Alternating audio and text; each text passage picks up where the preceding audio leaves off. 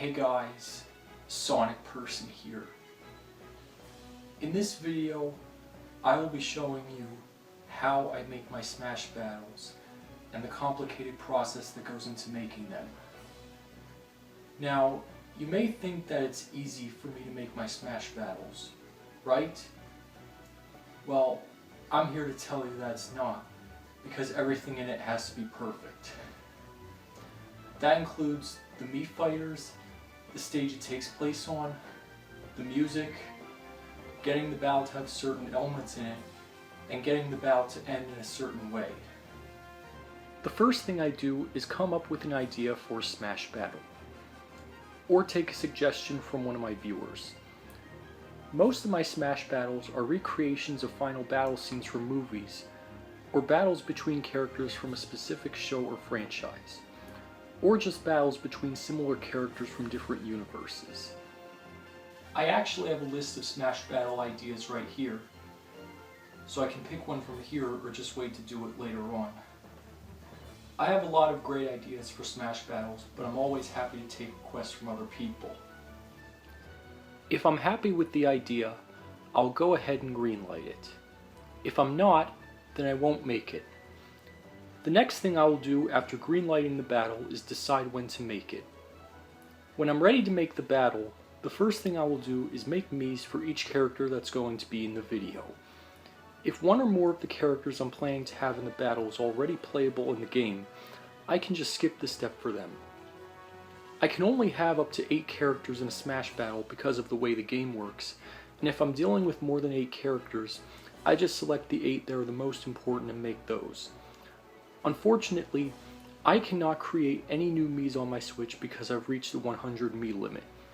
To get around this, I simply just change some of my existing Miis into new characters. I always make sure to take screenshots of the settings for each of the Mii's features before changing them, just in case I have to remake them in the future. Luckily, I don't have to change the height or weight of the Miis while editing them, because all Miis in the game are exactly the same size. This was not the case for Smash on the Wii U, where the Mii's heights and weights depended on what size you gave them in Mii Maker, but I'm kind of happy they fixed this so that's one less thing for me to worry about. Whenever I make my Miis, I try to get them to look as close to the original characters as possible. That means giving them the right hair or skin colors, choosing the correct hairstyle, messing with the eyes, nose, mouth, and other features, and even trying new techniques to make them look just like their original selves.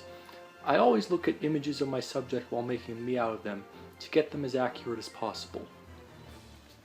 Next, I import the Miis into the game and then decide which fighter type they're going to be. I've also reached the limit to how many Mii fighters I can have in the game, so I carefully decide which ones I should delete, depending on how many I have to add, and just like my Miis in Mii Maker, I take screenshots of their fighter information just before doing so in case I have to make them again later. When I import my Miis into Smash, I have to decide whether each Mii is going to be a brawler, a sword fighter, or gunner. After that, I give the Mii the closest matching costume and headgear if they need it. I also have to account for the fact that each fighter type has different costumes.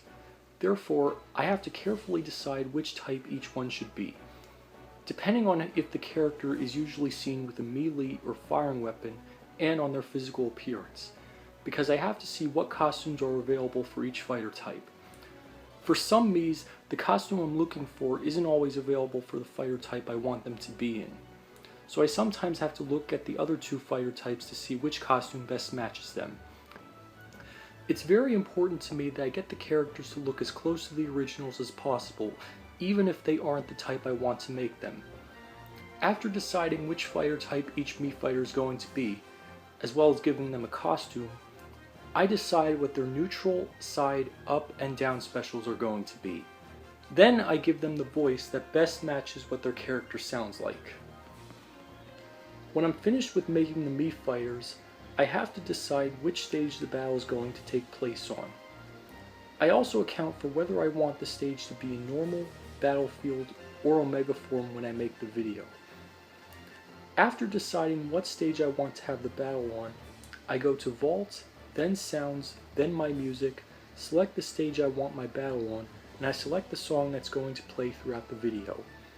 Each stage in the game is going to have a different soundtrack, so I have to work with what songs are available for the stage I'm using. I use the process of elimination to select the music for the stage that fits the tone of the battle, and once I'm down to only one song, I'm ready to make my Smash battle. If I am unable to find a stage that I want to use for my Smash video, I will simply just make the stage in Stage Builder. However, this situation is pretty rare, and I've only done that for one Smash video so far. The last thing I do before putting the battle into action is decide the rules for the battle. That means giving the battle a rule set. I have to decide what CPU level each character is going to be set at, the items allowed in the battle, and how frequently they should appear, how many stocks for the battle, the launch rate, and whether stage hazards, team attack, or the FS meter should be allowed or not. I don't use spirits in my battles unless I'm doing a season finale. Because of this, I always make sure the last battle of each season is a special one, like Thanos vs. the Avengers or Goku vs. Superman. At this point, I am now ready to put my battle into action. When I get to the character selection menu, I select all the characters that I'm going to use for the battle.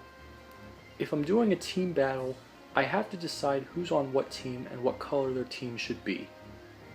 Typically, if one team has more players than the other, I'll set their CPU levels to be lower to make the battle more fair. Sometimes I'll play as a character in my Smash videos, and this allows me to have more control over that character, so I can make them do certain things that I can't make a CPU do. After setup is complete, I get the battle into action and watch the battle play out until it is finished. I do this multiple times because the battle usually doesn't turn out the way I want it to on the first or second try. For example, if the team I want to win loses, or I want the battle to end in a final smash and it doesn't, I will keep replaying the battle until it goes exactly the way I want it to. For some battles, depending on what type of battle it is, I will upload the first one that is played regardless of what happens in it. Sometimes the battle won't end exactly the way I want it to, so I have to come up with a new plan. Once I feel that I have made the perfect battle, I will save the battle, I'll go to Vault, and then replays, and then replay data, and I will watch the battle I have just created. I watch the battle again to make sure everything in it went according to plan. If I'm happy with how it turned out, I'll upload it. If I'm not, I won't upload it and I'll go back to making the battle. Once I'm happy with how my Smash battle turned out, I'll give it a title and post it to the shared content server. I will also convert it to a video so I can upload it to YouTube. After converting it, I will watch the video one more time to make sure it properly rendered. If it didn't render properly, I will re-render it and repeat this process.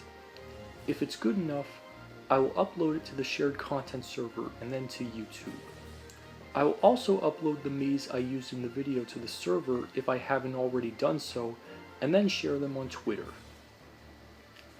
After I'm done making the Smash video, I will turn off my Nintendo Switch and take out the microSD card.